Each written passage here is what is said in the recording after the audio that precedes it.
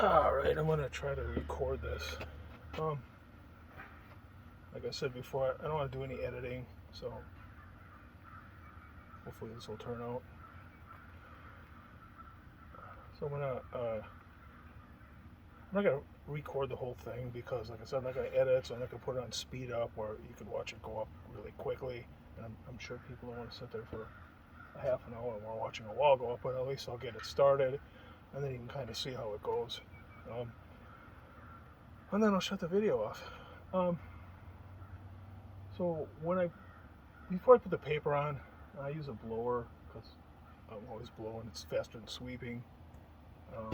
But I blow this off, or if you remember blower, you can sweep it off because when you nail the sheeting on, you get all the little pieces of plastic that's between the nails, and you don't want to put the paper over those. So you blower sweep it off, and then I start on one end, leave it overhang a bit because it's going to wrap around when the other wall goes up. And then I start in one corner, put a couple staples, and then I use the plate, the top plate, as a guide to see that the roll stays on straight. It doesn't get all crooked. So then I roll out a couple of feet and make sure that I'm staying straight, and then I tap the bottom end, and then I roll out maybe 4 or 5 feet, and then I tack it off, making sure it stays straight, and I use the top edge of the top blade as a guide, and I roll out some more, I tack it, I roll out some more, tack it, until I get all the way to the other end. And then there's one window in this wall, so then I always cut the paper where the window is, at least so you can see where it is. Like I said, when you're walking around putting the paper on, you might forget where it is, and step in there and you tear the paper. Anyway, and then I've already put these on, nail these on. Like I said, if it's windy, you got to be real careful when you're lifting walls that are sheeted with your wind conditions. Now, most of the time here, the wind is either going this way or this way. So it's going parallel with the wall, so it's not that important. But if the wind's coming at you, it's not so bad. Obviously, it will be when I put this wall up. So I'm going to put this wall up first. All right, this end wall here, and then because most of the wind comes from that way most of the time, and then I'll put that one up. But you want to be concerned when the wind is behind you, because your wall can keep on going. It's like a big sail. I mean, this is 40 feet long and 8 feet high. I mean, imagine just holding one sheet of plywood against even a 10-mile-an-hour wind. I mean, it's a struggle, right? So you can imagine now this is 10 sheets of I keep saying plywood, OSB. That's like a big sail. So you want to make sure that when you start standing a wall up or a gust of wind or it's a windy day, it's never happened to me, but I'm sure it's happened somewhere. So you can just be real conscious of your wind conditions when you're putting up walls that are sheeted. If they're not sheeted, it doesn't matter that much unless you got like 40-mile-an-hour winds, because there's not that much for the wind to grab onto. So anyway, well, like I said, today the wind is coming from this way, but I still put these on. Number one, I'm by myself. If I had other people here, obviously, maybe I would need to use these, but they're temporary. So let me get it stood up, or at least partially stood up, and you can just kind of see how it goes.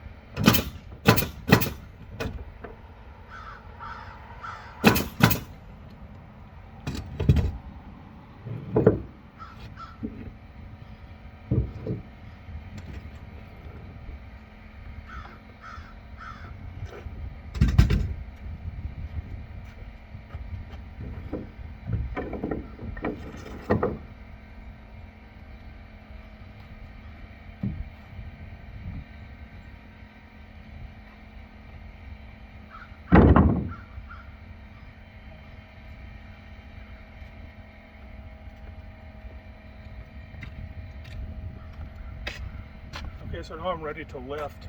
Like I said in the previous video, when you pick your 2x4s out for lifting, pick out really good ones. Ones that don't have big knots in them. Just because of the weight they're lifting, especially if you're lifting really heavy walls. Here, walls are 8 foot. The 2x4, the lumber's kiln dried. They're not that heavy, but like on the West Coast, where they use mostly 2x6 walls. They could be taller, they could be 10 foot, and the lumber's all green. Those walls are heavy because I used to frame on when I lived on the West Coast in Oregon and California. So anyway, and then if they're bowed a little bit, I always face the bow towards the wall, and that way, because when you go to lift, it'll want to bow the other way, and it'll just, if there's any bow in it, it'll counter the bow. It'll help a little bit instead of making it bow more in the direction it's already bowed. Right. So it'll just, because it's going to want to push the 2x4s out away from the wall. It's going to cause them, they'll bow a little bit. Obviously, if this was a real heavy wall, I'd be using 4 of these. Probably 3. I think they're rated for 1,000 pounds each, but it's really up to the 2x4 anyway. So I'm going to lift. So you go a little bit, then you go to the next one, then you go to the next one, then you go back. You just kind of keep an eye on what the plate's doing, and then once you get it up like halfway, the weight starts transferring to the floor instead of so much on. It's the initial pickup is what's the heaviest, and then as you get the wall up more, you start transferring more weight to the floor. By the time you get 3/4 of the way up, the jacks aren't ready to go. Push it up by hand. So anyway, all right. Well, let's do it.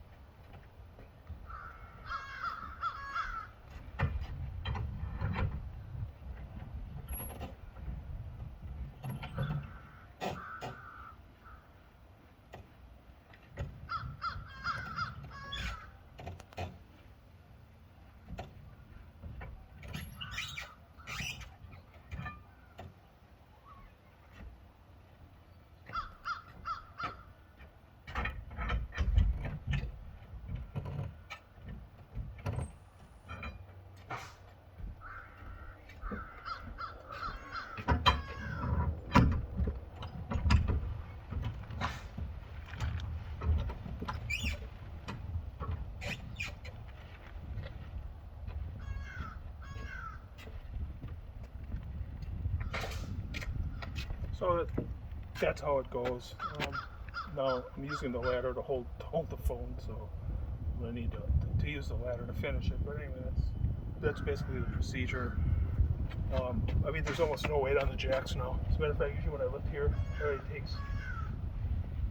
lifts the plate off of that one, for example. I mean, you know, two guys could finish pushing this up pretty easy.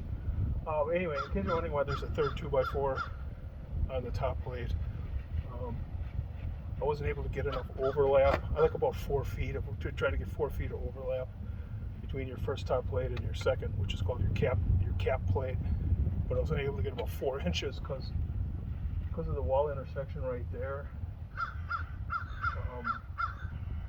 So it's no big deal. I mean, once the wall stood up, it doesn't matter. But if you were to go to lift it, you know, it would flex too much and maybe start working apart. So I just threw, you know, put 3 or 4 nails on each side, threw one across there temporary, and I'll just take it off when I go to put my ceiling joists and roof rafters. So anyway, that's pretty much it. I'll just keep on going all the way up, get it secured, braced off, and then we're going to start on the rig walls. So, all right, time to get back to work.